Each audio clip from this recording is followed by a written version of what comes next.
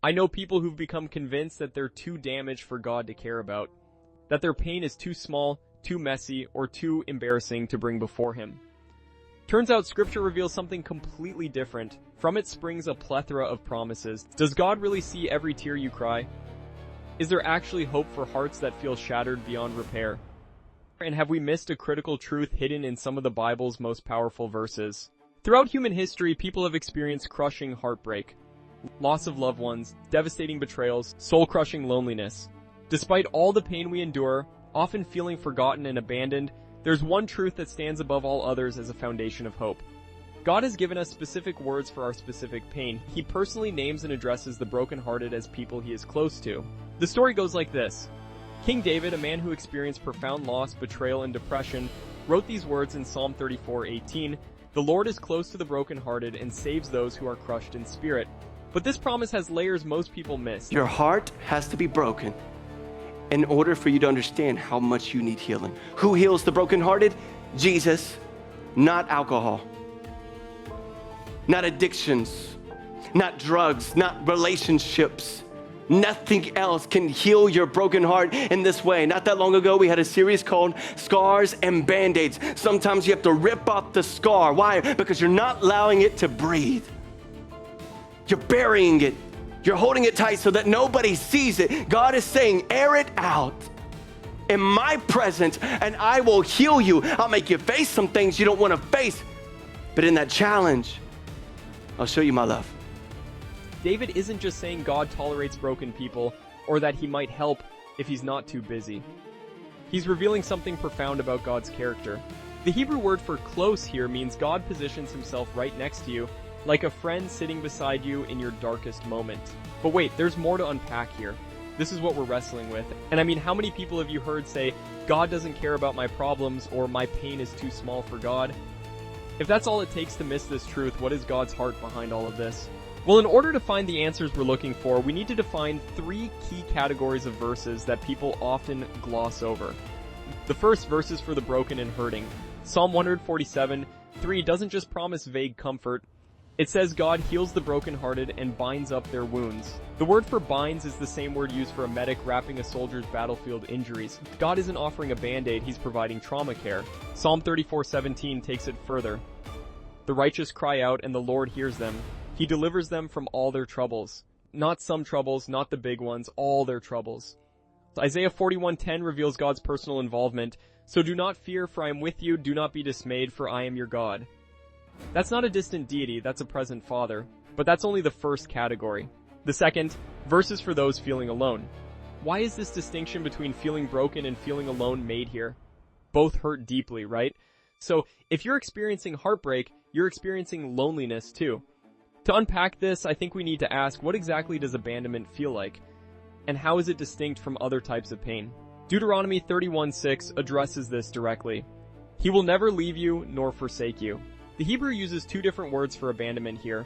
God won't drop you, and He won't desert you. Double promise. Matthew 11:28 reveals Jesus' invitation. Come to me, all you who are weary and burdened, and I will give you rest. Not figure it out first, not clean yourself up. Come as you are. But here's where it gets beautiful. Psalm 56:8 says, you keep track of all my sorrows. You have collected all my tears in your bottle. God doesn't just see your pain, He treasures it. He keeps every tear like a precious artifact. This is a very important point, and it's pretty interesting stuff.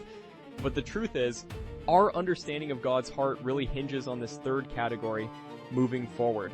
The third, verses for moving forward. What does it actually mean to heal? We typically associate it with forgetting the pain or pretending it never happened.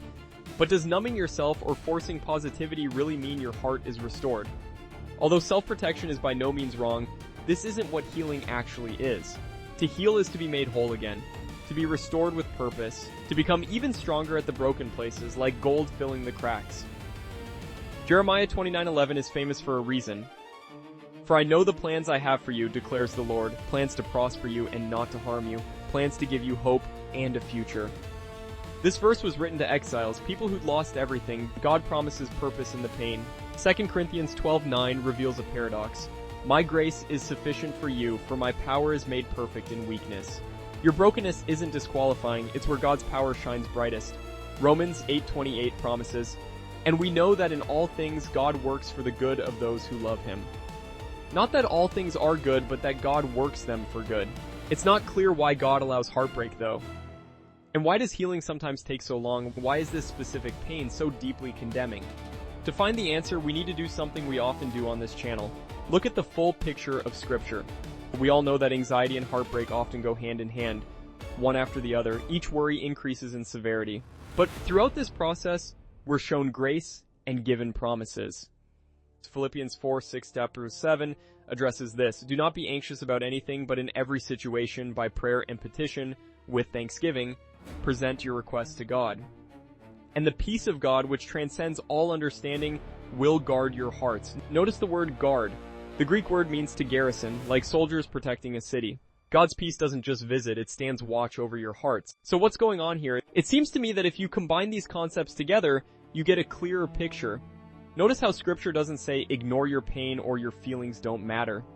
It seems to me that the problem here is that we've been taught that our heartbreak somehow disqualifies us from God's presence, when the exact opposite is true.